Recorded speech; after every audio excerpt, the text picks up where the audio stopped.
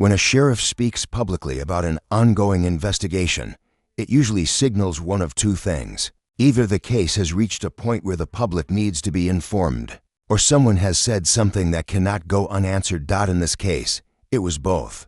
The remarks arrived without much warning. A law enforcement official, speaking with the particular measured weight that people in that position use when they want their words to land carefully, heard but not overread, made statements about the investigation surrounding Nancy Guthrie's death that settled differently than anything that had come before. Not because they answered the questions that had been accumulating for months, but because of what they implied, because of the gap between what was said out loud and what was deliberately left in silence, because in a case that had already produced far more confusion than clarity, even the most careful official language has a way of quietly reshaping everything around it. And then Tommaso Cioni spoke. For anyone who had been following this story closely, that moment carried genuine weight, because Cioni, Nancy Guthrie's son-in-law, the man whose name had been sitting at the center of serious and documented allegations, choosing to respond publicly to a sheriff's official statements was not a casual or impulsive act. It was a decision, a deliberate one, and everything about his response, what he addressed directly, what he challenged, what he carefully stepped around, added a new and deeply complicated dimension to a case that was already difficult to hold in a single frame. The story had taken another turn, and this one felt different from all the ones before it. Nancy Guthrie was not a household name in the conventional sense. She hadn't built a following through entertainment or controversy or the kind of visibility that comes from wanting to be watched. She had built it through something quieter and harder. She had built it through loss. Her daughter Hope lived 199 days. Her son Gabriel lived 183 days. Both children were born with Zellweger syndrome, a rare, fatal metabolic disorder with no meaningful treatment and no road through it, except the road of simply being present until the end. Just the excruciating, sacred, completely unchoosable experience of loving someone you already know you are going to lose, and deciding to show up for every single moment of it anyway. Most people, after surviving that kind of loss once, find ways to retreat, to protect themselves from the world that allowed such a thing to happen, to let the grief become something private, sealed away from public view. To lose a child is already something that reshapes a person in ways they never consented to. To lose two children, in the same way, within years of each other, that is something that most people cannot hold in their imagination long enough to really understand. And yet Nancy Guthrie did not turn away. She turned directly toward what had happened to her. She wrote about it. She spoke about it in her own voice, with an honesty that carried the unmistakable authority of someone who had not studied suffering from a distance, but had actually lived inside it and kept living. She built a ministry round that voice, a podcast, books that people return to in their darkest seasons, retreats for grieving parents who had exhausted every other place. They knew to bring what they were carrying. She became, for a real and significant community of people who had experienced loss, a figure of genuine and lasting meaning. They came back to her words not because she promised that the pain would eventually stop, but because she told the truth about what it felt like when it didn't, and why forward motion was still possible anyway. That community trusted her, deeply, specifically, in the way that people trust someone who has proven, through the evidence of their own life, that they are not performing their faith but actually living it. And that trust extended, naturally and without much examination, to the world she inhabited, the family around her, the relationships she kept close, the people she had allowed into the life she had so carefully and painfully constructed, which is why what followed her death hit the people who loved her with a force that was never simply about the facts of a legal case. It was about the fracturing of something they had genuinely believed in. The particular vertigo that arrives when the world you thought you understood turns out to have had a different shape all along, one that was there the entire time, invisible beneath the surface of everything that looked familiar. Nancy Guthrie's passing became the center of a story that nobody in her community had prepared for. And at the center of that story, with each new development, stood Tommaso Cioni, her son-in-law, the man who had lived inside that world, the man who, according to investigators and public legal records, became the subject of serious and accumulating allegations.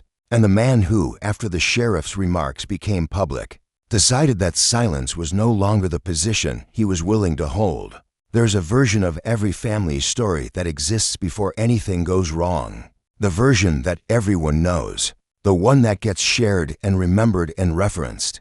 The holidays and the milestones and the simple, visible evidence of people living in genuine connection with one another. It is the version that forms the emotional backdrop of how a family understands itself. And when something disrupts it, that earlier version doesn't disappear. It becomes a kind of reference point and a wound at the same time, because the contrast between what was believed and what is now known carries its own particular pain for the community that had gathered around Nancy Guthrie's life and work.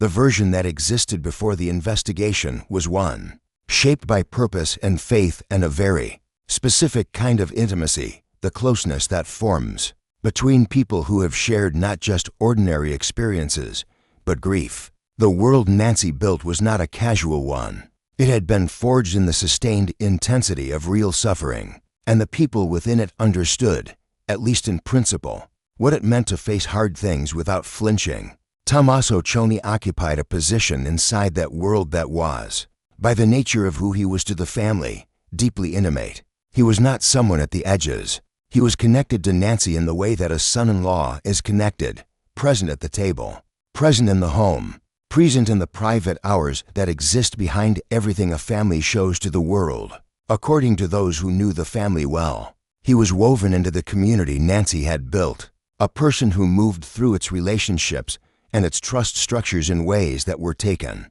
by nearly everyone around him entirely for granted.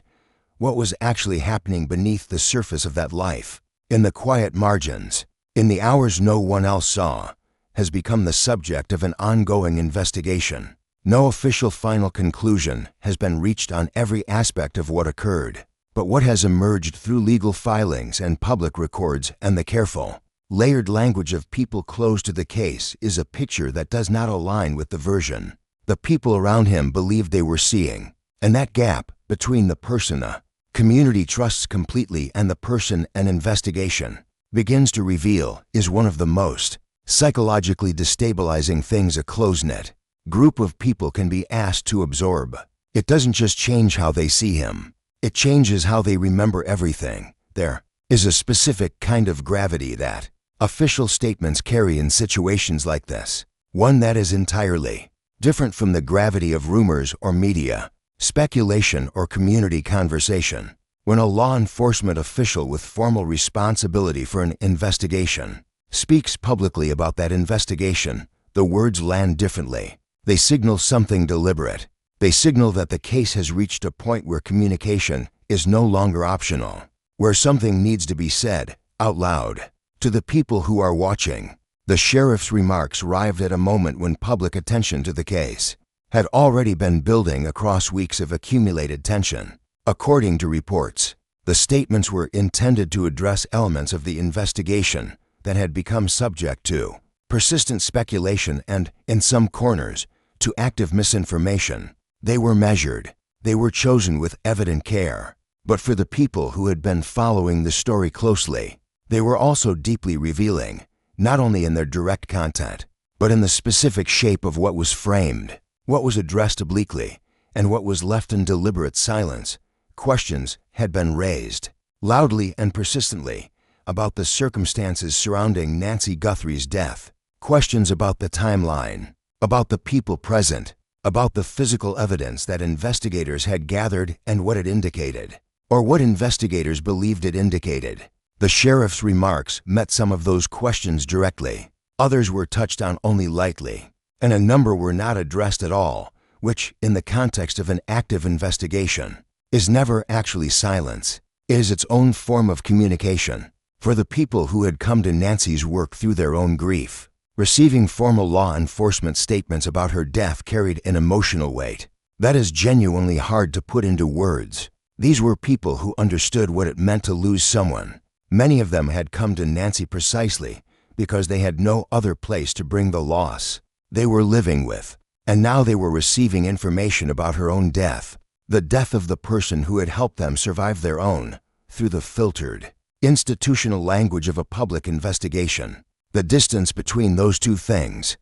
When someone who is the named subject of an active investigation makes the decision to speak publicly, not through legal filings, not through a lawyer's prepared statement, but directly and in their own voice, that decision tells you something before a single word of the response has been considered. The choice to engage publicly rather than maintain silence, which is what legal counsel in situations like this almost universally advises, signals that something about the official account of events was perceived as requiring a counter-narrative.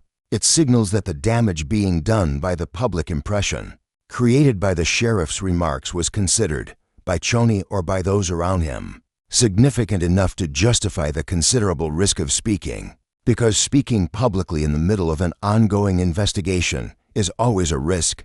Every word enters the record. Every claim can be held against the evidence. And every careful omission, every question that isn't answered, every detail that is sidestepped, becomes, in its own quiet way, a statement. According to reports detailing Cioni's public response, he addressed specific elements of the sheriff's remarks directly while pushing back against aspects of how the investigation had been characterized and conducted.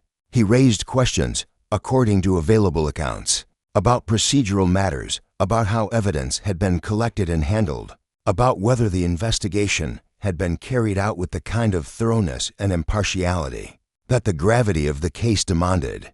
He positioned himself not as someone evading accountability but as someone questioning whether the process designed to establish accountability could actually be trusted. That is a specific and sophisticated rhetorical move, worth sitting with for a moment, because rather than directly contesting the substance of what investigators had alleged, the decision to focus on the process, on the integrity of the investigation itself rather than the content of its findings, shifts the entire conversation in a particular direction. It asks the audience to question the investigators before they evaluate the evidence. It introduces a different kind of doubt, not about facts, but about the system responsible for producing them, whether those doubts were warranted, whether the procedural concerns raised had genuine merit that deserves serious consideration, is not something any outside observer can fairly assess from the information available through public reports. Questions have been raised from multiple directions in this case. No official final conclusion has been reached. What is clear is that Cioni's response immediately changed the texture of public conversation about the case. It gave people following the story new angles to sit with, new uncertainties to carry, and new reasons to wonder whether the picture that investigators were presenting was as complete and settled as it had appeared. It deepened the mystery. It did not dissolve it. There is a particular kind of communal grief that has no clean name, the kind that forms when a person who gave a community its sense of meaning is gone, and the circumstances surrounding that loss remain unresolved and contested. It is not the ordinary grief of loss, as devastating as that is on its own. It is grief tangled with uncertainty, with unanswered questions that keep riving, with the slow, exhausting awareness that the full truth of what happened has not been established yet, and may not be established for a long time. It is grief that cannot fully settle because the story itself refuses to stop moving. For the people who had organized pieces of their lives around Nancy Guthrie's work, who had turned to her voice in moments of genuine desperation and found something real and sustaining there, the months following her death had been exactly that. They had lost her, and then they had watched from a remove they hadn't chosen, as the investigation into her death became public and layered and increasingly difficult to follow without losing the thread of what they were actually mourning. The sheriff's remarks and Cioni's response landed inside that community with a force that exceeded the legal dimensions of either statement. It was a reminder, sharp and unavoidable, that the case was not abstract, that the woman at the center of it was not a character in a crime story. She was someone who had held genuine and irreplaceable meaning for real, specific people. People who were attempting to grieve her while simultaneously watching a public investigation into how she died unfold in real time, in public, with each new development carrying the possibility of changing everything they thought they knew. According to people close to the situation, The community's response to both the sheriff's remarks and Cioni's public statement was divided in ways that were honest and sometimes painful. Some found the official account credible and were deeply troubled by what they interpreted as a coordinated attempt to redirect attention away from accountability. Others found the questions Cioni raised about the investigation's integrity genuinely concerning, not easy to dismiss, not comfortable to ignore. And still others had moved past trying to assess competing claims and simply wanted the truth, whatever it turned out to be, so that the grieving they had been unable to complete could finally find solid ground. That division, the fact that people who had loved the same person and built real relationships inside the same community could look at identical information and arrive at fundamentally different conclusions, speaks to something deep and enduring about how investigations like this operate on the people surrounding them. They do not deliver clarity on a schedule. They deliver questions, and questions, particularly the ones that remain unanswered long enough to settle into daily life, carry a weight that is very much their own. By the time Cioni's public response had circulated fully and the initial wave of reaction had subsided, something had become apparent to nearly everyone paying close attention. This case was not trending toward resolution. It was trending toward deeper complexity, and doing so steadily, with each new layer arriving before the previous one had time to be properly understood. Each official statement, each public response, each filing added dimension where clarity had been hoped for. The picture being assembled was not simplifying itself. It was growing in ways that made confident interpretation feel increasingly irresponsible, and every rush to conclusion feel like a mistake waiting to happen. The allegations involving evidence tampering had not softened or faded with time. The documented claims that questions had been raised about whether physical evidence had been interfered with, even after it had been formally placed in investigative custody, remained part of the official record. They remained part of what investigators had stated on the record about what they believed occurred, and they remained, for anyone following the case with genuine care and attention, among the most difficult elements to accommodate under any interpretation of events that gave Cioni the benefit of every possible doubt. His public response had not addressed those allegations in any direct or detailed way. According to available reports, the focus of his statement was the framework of the investigation rather than a point-by-point account of specific incidents, which left the tampering question and the harder question underneath it about intent, about desperation, about what a person is capable of when they believe the evidence gathering around them is enough to end everything, sitting without resolution, still open, still demanding an answer that had not yet arrived. There's a psychological dimension to living inside sustained uncertainty, really living inside it, not just observing it, that rarely gets the attention it deserves in coverage of cases like this. To be a subject of an active investigation, or a family member of one, or even a community member following its progress day after day, is to be asked constantly to hold contradictory possibilities at once and resist the comfort of collapsing them into a single version of the truth. It is exhausting in a way that is difficult to explain to people who haven't experienced it, and it changes people in different directions. Some grow more rigid, retreating into fixed certainty as protection against the discomfort of not knowing. Others grow more careful, more genuinely open, more willing to let the truth be what it turns out to be rather than what they need it to be. The case surrounding Nancy Guthrie's death had produced both kinds of people in the community watching it. And as of the most recent developments, no official conclusion existed that offered any of them the resolution they were waiting for. The investigation continued, the questions continued, and the people who had loved Nancy Guthrie, who had found something essential and irreplaceable in what she built, continued carrying both. Cases like this one have a way of outlasting the patience of almost everyone involved in them. They move slowly.